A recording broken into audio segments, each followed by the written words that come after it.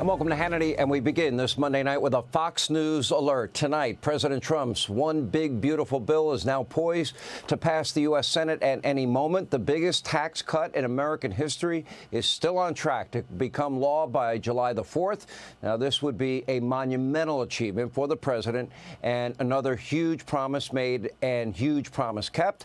Now, don't get me wrong, bill's not perfect. There are provisions and policies that I prefer weren't in there. For example, SALT deductions, state and local tax deductions. Well, that rewards blue states for electing tax and spend and high regulating politicians. But unfortunately, that's how the sausage gets made in the swamp, if it's going to get made at all. And by the way, Lindsey Graham kept saying, no, we're going to pass this and we'll have another reconciliation bill and cut spending even further. Love to hear that. No one person, and I said this when I had the Senate town hall and the House town hall, none of you all understand, none of you are going to get everything you want. But at the same time, this legislation is packed with massive, huge, important wins for you, the American people.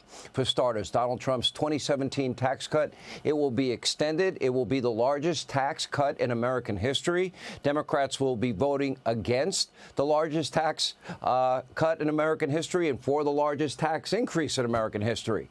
The bill also eliminating taxes on tips, taxes on overtime. It lowers taxes on Social Security. It tackles waste, fraud, abuse, corruption in Medicaid, and even creates a work requirement for able-bodied Americans now enrolled in the program. The bill also extends the full child tax credit and standard deduction. It allocates funds for Donald Trump's Golden Dome air defense project. May go down one day when we're all long dead and gone as his greatest legacy and save millions of lives. They mocked strategic defense when Reagan brought it up, and they called it Star Wars, and look what it's been able to do to protect Israel. There are other funds for military modernization. I call it the next generation of weaponry, desperately needed because our military has been completely neglected the last 4 years under Biden and Harris. It also has funds for desperately needed border security and the deportations of all these criminals and terrorists, murderers, rapists, cartel members, gang members, other violent criminals, drug dealers in our country, and will put America on a path towards energy dominance and all the wealth that will come with that. The lifeblood of every economy on the face of the earth. We will be an energy-rich nation. And meanwhile, Biden-era climate rules and regulations, they will be repealed. The green tax credit will be eliminated. Biden's student loan scheme and scam, whatever you want to call it, will officially be over. And despite all of the fear-mongering from Democrats, here's what the bill doesn't do. It does not decrease Medicaid, Medicare, SNAP, or Social Security benefits. In fact, those earning Social Security, for example, they will take home more money thanks to a reduction in taxes. Medicare payments will increase while Medicaid recipients are protected from fraud. The big, beautiful bill also does not increase the deficit. Instead, the deficit will go down around a little shy of $2 trillion. That's to begin with, according to estimates. But we know that when Reagan cut taxes and President Trump cut taxes, cutting taxes in Reagan's case doubled revenues to the federal government, except Congress spent $1.25 for every new dollar they brought in, because that's what happens when you cut taxes. It stimulates the economy, creates jobs, takes people off the welfare rolls. Guess what? People are working. Now they're paying taxes, and that will benefit working class Americans the most in this bill, increasing their take-home pay. They're all getting more money back, especially if they earn tips on overtime or rely on Social Security. Democrats will vote against all of these benefits for the people that really make this country great, hard-working men and women, and this will solidify the Democratic Party and their positions as nothing but woke, out-of-touch, coastal elitists. That's who they are. That defines their politics. Why would you vote against cutting tax on tips and overtime and the largest tax decrease in history? Why do you want the largest tax increase in history? Why didn't they secure the border? Why won't they vote to secure the border? You know, why won't they vote for energy dominance so we can be an energy-rich country, high-paying career jobs in the energy industry? On top of that, Add the $10 trillion in manufacturing commitments President Trump has gotten from companies and countries. Wow, the American people are on the verge of a level of prosperity they have never experienced before. But the so-called champions of the working class and the Democratic Party, they are nowhere to be found when it really matters. Tonight, it really matters. President Trump, he is the driving force behind this legislation. So, of course, they can't give him a win. They'll never support it. It was like last week they were lying about the attack on Iran's nuclear facilities. Oh, those 14 bunker buster bombs, 30,000-pound bombs, they did no damage, didn't work.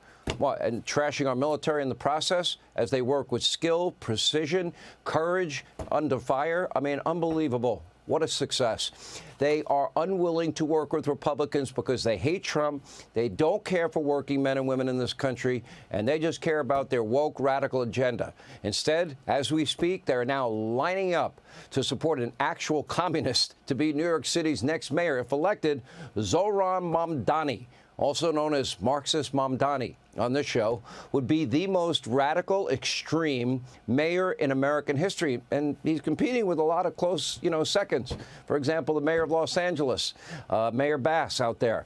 This is not an exaggeration. It is not a smear. Marxist Mamdani is a proud communist. He wants the government to seize private property, control the means of production. Don't believe me? Look for yourself. It is very critical for all of us to remember what it is that we are fighting for, and to remember that our agenda is an agenda that must not be dictated by calculus, but by conviction. And what I mean by that is that the many things that we believe, some of them are already popular in this moment right now, right? If we're talking about the cancellation of student debt, if we're talking about Medicare for all, these are issues which have the groundswell of popular support across this country. But then there are also other issues that we firmly believe in, whether it's BDS, right, or whether it is the end goal of seizing the means of production, where we do not have the same level of support at this very moment. End goal, seizing the means of production, is literally what Fidel Castro did in Cuba, what the Soviet Union did during the Bolshevik Revolution. But, of course, that's just, Marxist Mamdani's ultimate goal. In the meantime, he's plotting a massive new tax on so-called white neighborhoods. Take a look for yourself. Went on your website and realized there's a policy proposal that says your plan, and I'm going to quote it for folks, is to shift the tax burden from overtaxed homeowners in the outer boroughs to more expensive homes in richer and whiter neighborhoods. Explain why you are bringing race into your tax proposal. That is just a description of what we see right now. It's not driven by race. It's more of an assessment of what neighborhoods are being undertaxed versus overtaxed. Whiter neighborhoods, not driven by race. Let's play Jeopardy at home. If you single out and discriminate against one race, what do you at home call that? Just asking. Another prime target of Mamdani's Marxist revolution in New York City are the many billionaires who live and work in Manhattan. As a matter of fact, they create a lot of high-paying career jobs for people so they can pay those exorbitant rent prices and high taxes for the insane socialist policies that exist now. Take a look. You are a self-described democratic socialist. Do you think that billionaires have a right to exist? I don't think that we should have billionaires because, frankly, it is so much money in a moment of such inequality. And ultimately, what we need more of is equality across our city and across our state and across our country. And I look forward to work with everyone, including billionaires, to make a city that is fairer for all of them. Fair to each New York City resident according to their need. From each New York City, resident according to their ability. In other words, Mamdani would like the government to seize billions in, quote, equity, because it's not fair right now, in stocks and cash, from billionaires on Wall Street, people like Elon Musk. Because in his view, the government can spend Elon's money much better. And when he gets that money and he gives people free stuff, he thinks the odds are much higher that they're going to keep him in power instead of, investing in cutting-edge technology, SpaceX, Starlink, Neuralink, maybe to help the blind see and people with spinal cord injuries walk. What do you think millionaires and billionaires in New York City are going to do if Marxist Mondani is elected. They are going to pack and leave, and that means working-class New Yorkers are going to be losing their jobs in droves. So, you know, it's unclear how he plans to pay for all of this when they say bye-bye. But Mondani is promising free buses, free childcare, free health care, a government-mandated rent-freeze, government-controlled grocery stores. They run everything else so well. How about they work on their schools that are a disaster in New York City, and price controls all throughout the city. He has also called for the NYPD to be defunded. That's right, and replaced with social workers. How's that going to work out? Think about that. Somebody's deranged, has mental problems, let's say injected heroin, fentanyl, or cocaine into their body, and we're going to have a social worker. I'm here to ask you, what is causing this moment? Did you have a bad childhood? Good luck with that. He once said that violent crime is a little more than a social construct, and that real violence is waged by judges and prosecutors locking up convicted felons. That's why he would end cash bail and let the criminals run free. And like most other Marxists in the U.S., it appears that Mamdani wants to wipe Israel off the map. You know, chanting people in New York and on college campuses, halls of Congress, from the river to the sea, and doesn't seem to have a problem with a global intifada, which is a holy war against non-Muslims.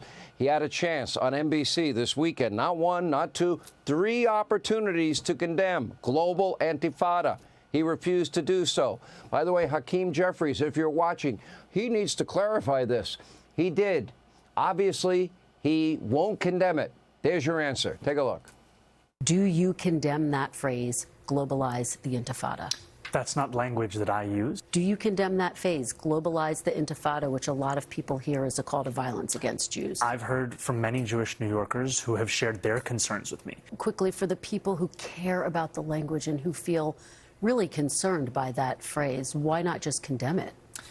My concern is to start to walk down the line of language and making clear what language I believe is permissible or impermissible takes me into a place similar to that of the president who is looking to do those very kinds of things.